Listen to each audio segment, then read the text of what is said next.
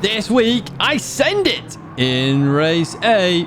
Race B seems a nightmare for TCR with a spin and a penalty. And Race C, I get absolutely murdered.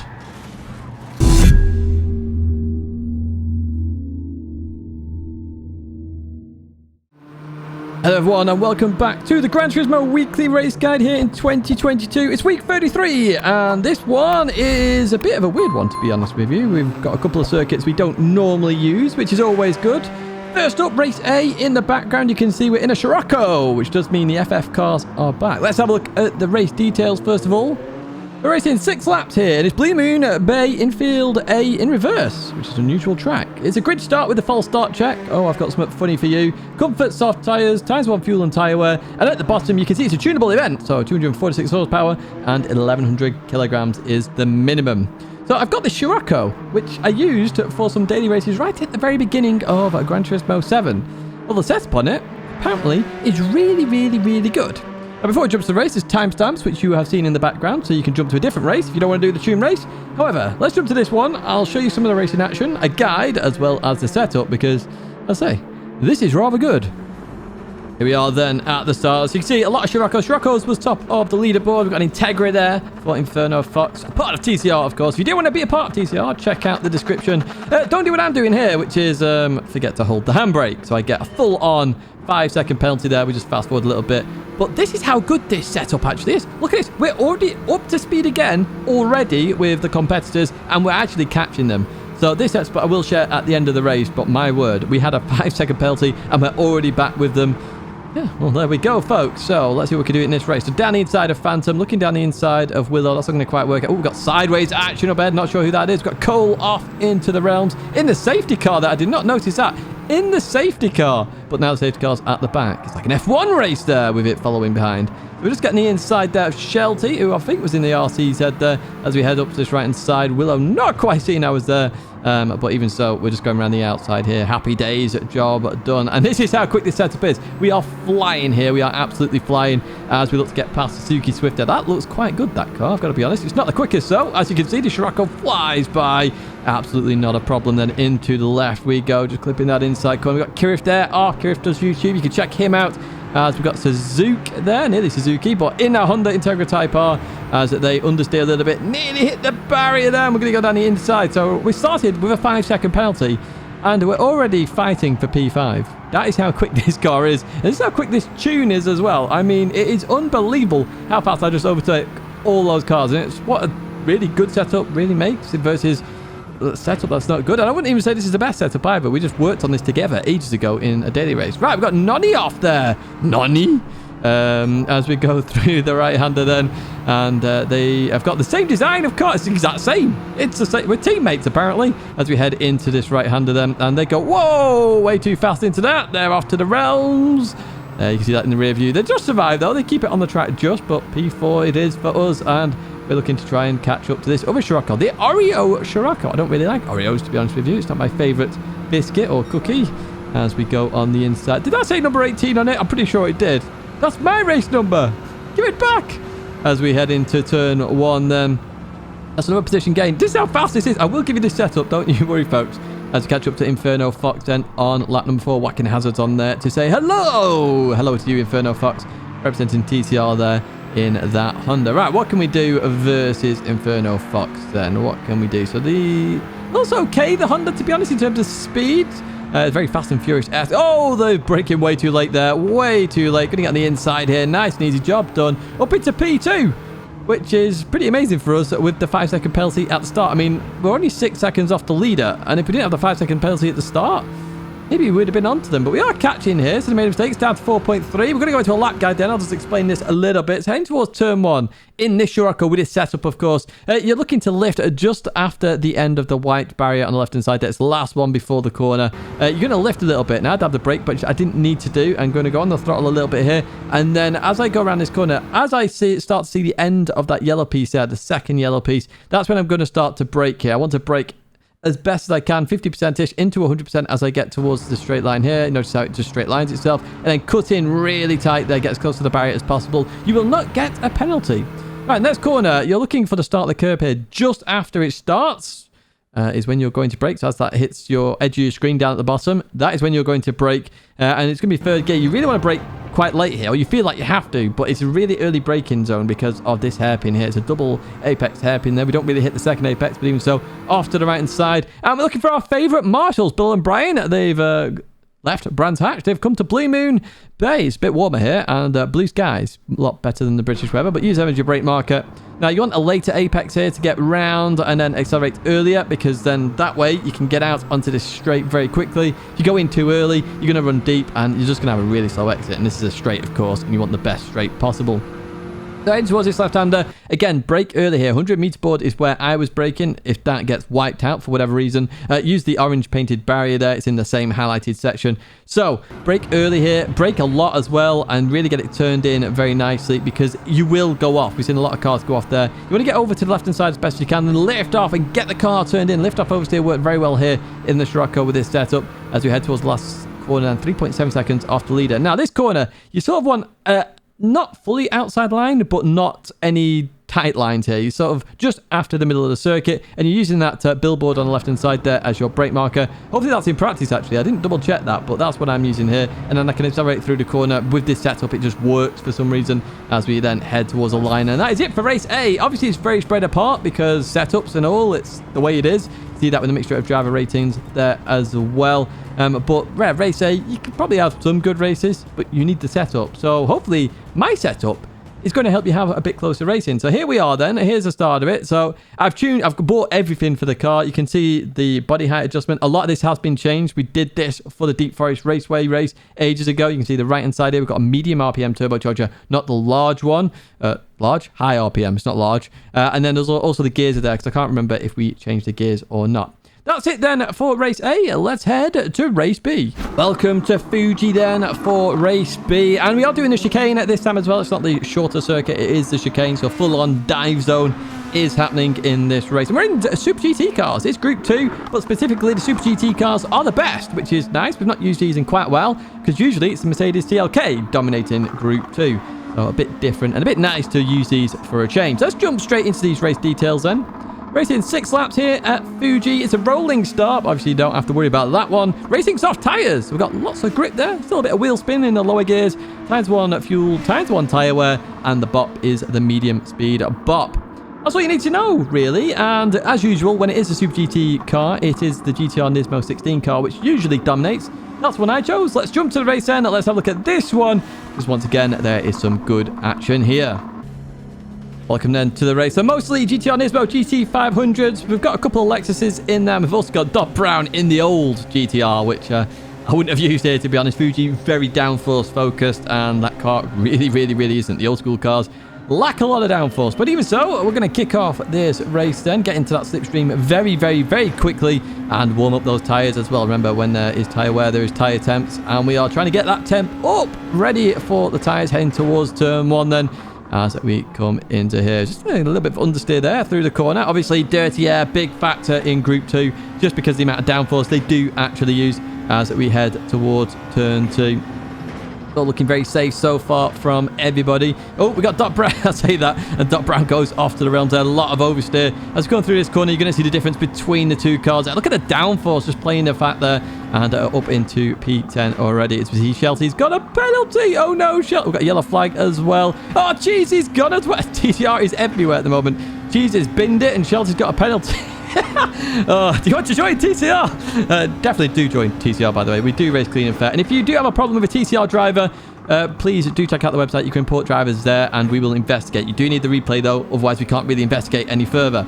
As we continue on then, behind Shelty towards the straight. Shelty's going to get a penalty. Penalty's big, impactful here. As I went towards the left, there was another one there taking a penalty. So down the middle, another 2 positions gained.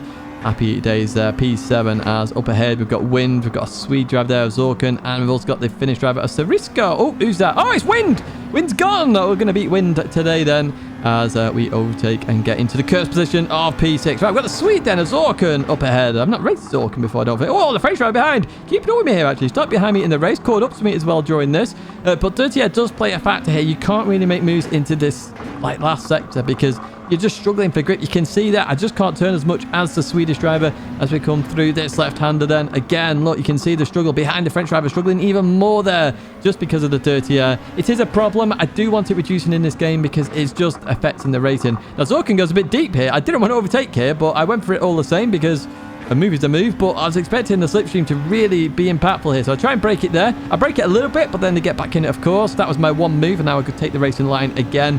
I don't believe in weaving being clean driving. Obviously, I did my one move, and I come back. If they go for the move now, I've really just got to hope I outbrake them into turn one. They're getting closer, closer, closer, closer. They go for the look. I really go to be the last of the late breakers.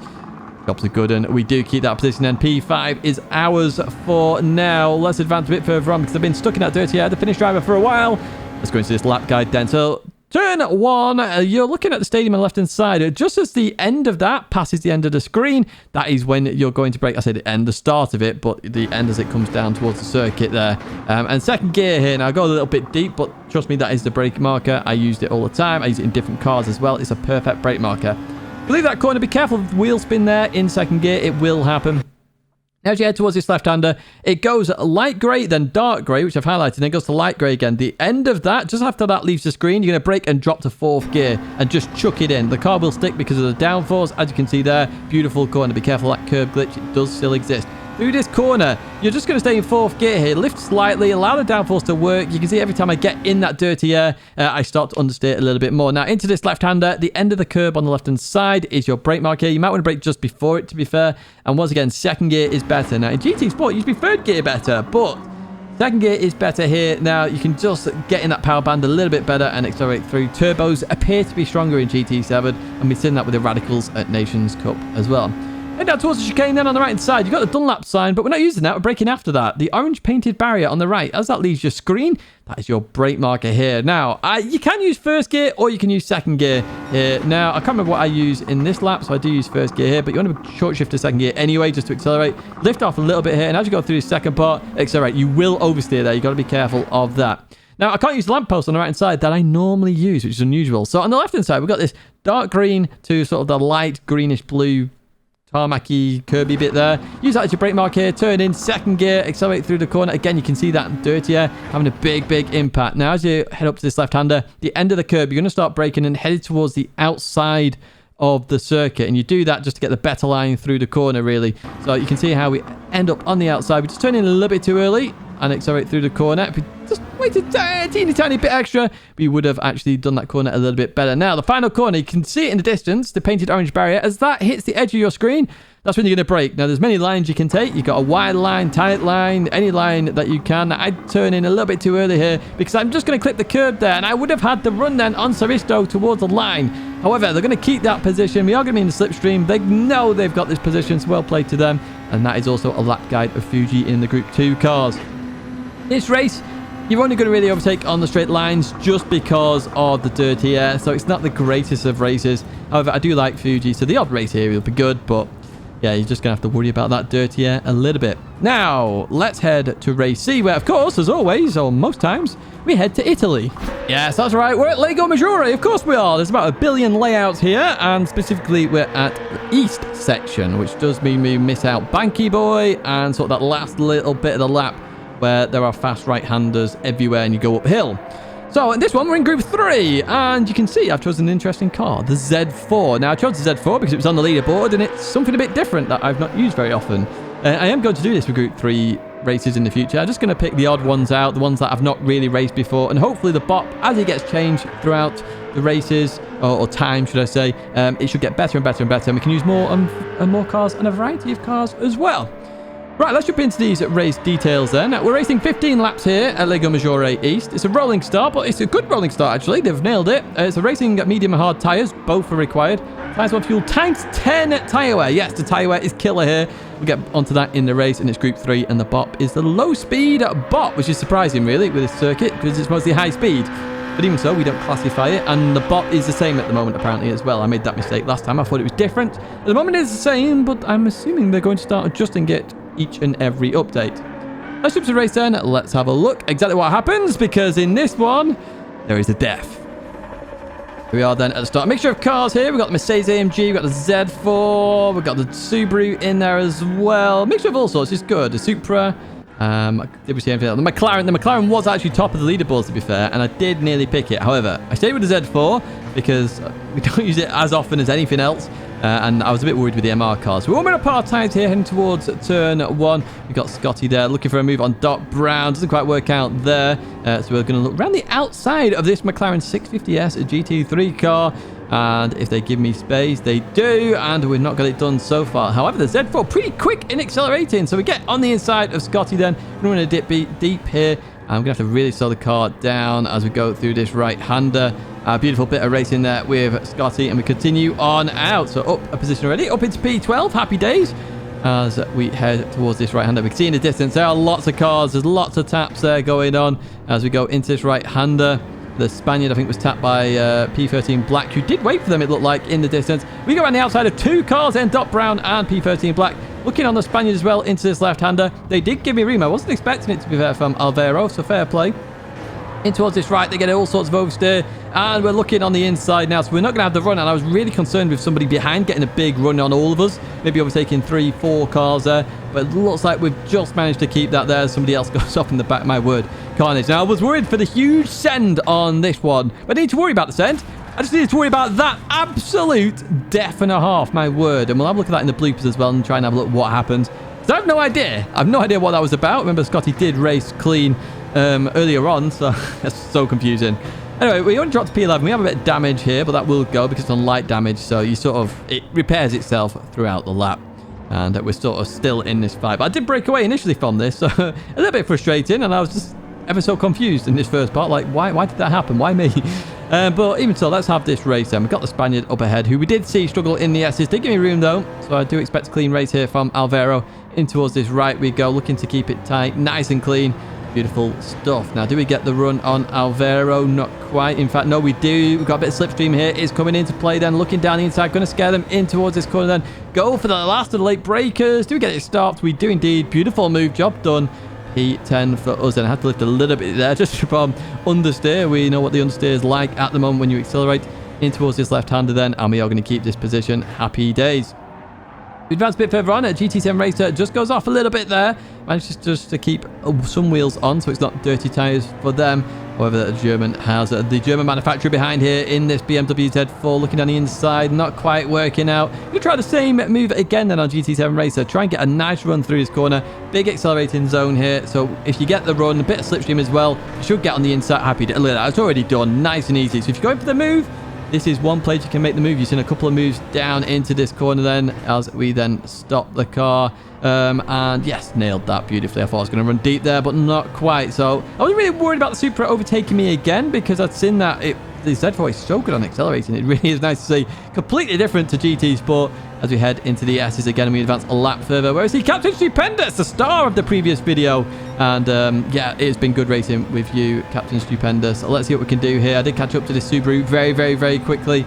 So as we get closer and closer and closer, we've got a learner plate on there as we go into this braking zone. I sort of released the brakes a little bit here because it was a bit early on the brakes. Get down the inside. Clean bit of racing there, leaving a bit of a gap there for Stupendous. So there is room for that Subaru as we that corner. Now, I didn't know whether Captain Stupendous would go for the move here or not. So I thought, you know what, I'm pretty sure I can outbrake Captain Stupendous even if they go for the move. So in towards this braking zone then we go, and I sort of left room on the inside, but we do get it stopped. Now, our brake pedal's actually been broken for the past few videos. I didn't notice this until yesterday when we were testing public lobbies.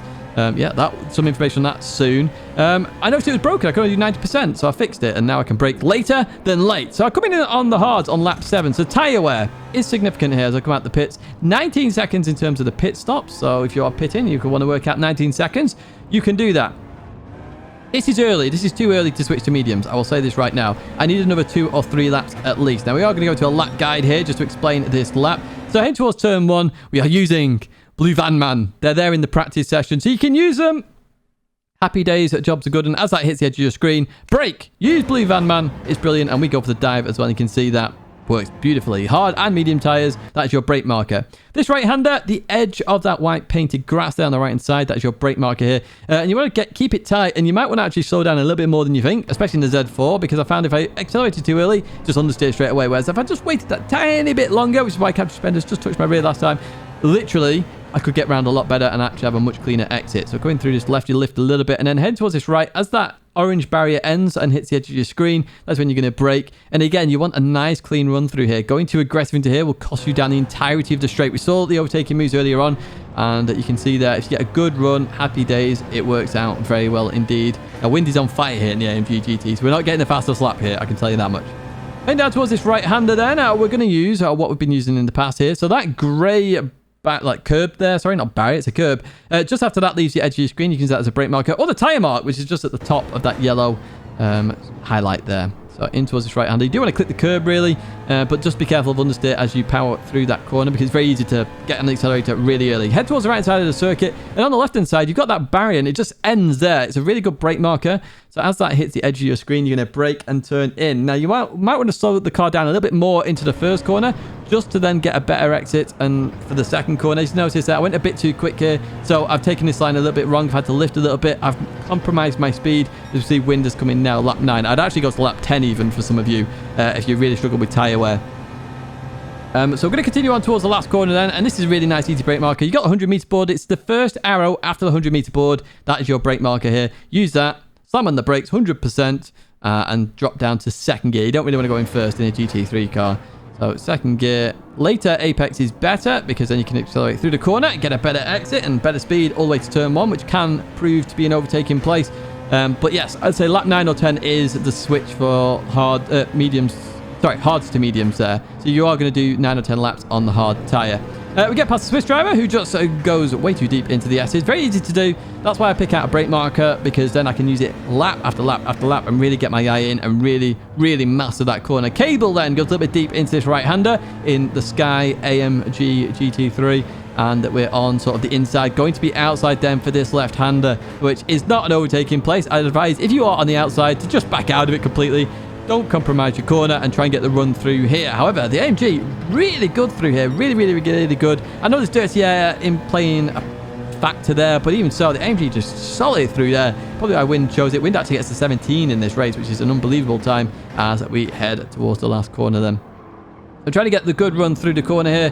Real good exit there. That's how you want to do that. And here we go versus Cable then. There's the 17 I was talking about with Wind. 17.7 there. Well played, Wind. So Cable goes towards the right, which I found unusual. So I thought, okay, excellent. I'm going to go for this. Now, I take that. As I've gone for the move, I was like, whoa. So I lifted off the brakes a little bit to make sure the inside car had enough room as well. And it worked somehow. Like, you can hear me stuttering there, because it was very scary. I thought there was going to be a big accident there, because that's how the pits just come onto the racing line. And if you're going for an overtake there, all gets very risky. Now, you can see lap 15 then. This is the final lap. Look at my tyres. They're completely worn. Came in way too early. My lap time's in the 20s. Not very good at all. So yeah, definitely do 10 laps on the hard, 5 on the mediums, and you should be golden for this race. That is it for this race. However, it's not it for the bloopers, as we see the finish driver forgot to pit. We did get up to P4 in the end. We'll place a Wind on that one. You can see Wind does YouTube as well. Let's jump to the bloopers then. Let's actually have a look at what happened with that McLaren, because that was a complete wipeout on me. It really, really was. It was like a WRECKFEST. There we are then. We're with Scotty as we then head up towards the left hand. A lot of cars everywhere here. You can see my move, or attempt to move on the orange car there. That's Doc Brown towards the right hand side. Just gets tapped there, coming back on. So Scotty's really far back here at the moment. Not really involved in anything, so I can't see any reason to take out anybody else as we come through here. Oh, we've got somebody off there as we then head towards the right hand side. Oh my flipping heck. Oh, right, okay. So they did go on the brakes eventually, and they quit quite quickly. I think, I'm going to be brutally honest here, I don't think that was a takeout. I think that's them completely missing the brake and them trying to quit the race as fast as possible, because they've realised what they've done. So coming through here, there's a lot going on, and you can see that with the blue Supra going off on the left-hand side. So they head towards the right-hand side. There's a penalty up ahead as well. You're looking at a lot of things all at once. Brake marker's already gone at this point. Everyone started braking. They've then hit exit here, or the pause button here, to quit. They've not aimed for me. They've gone to quit the race, and I think that's what's happened there. So a bit unfortunate for me. And yeah, we all make mistakes. I think that's a genuine mistake. Let me know what you think in the comments below. That's it for this week's weekly race guide. I do hope you enjoyed it. An interesting one this week. Interesting races there for you. And I have a good setup, which is unusual as well. Please do give it a like, subscribe to the channel to stay in touch with all the latest content. But that is it for me, folks. Au revoir, farewell, and have a good week.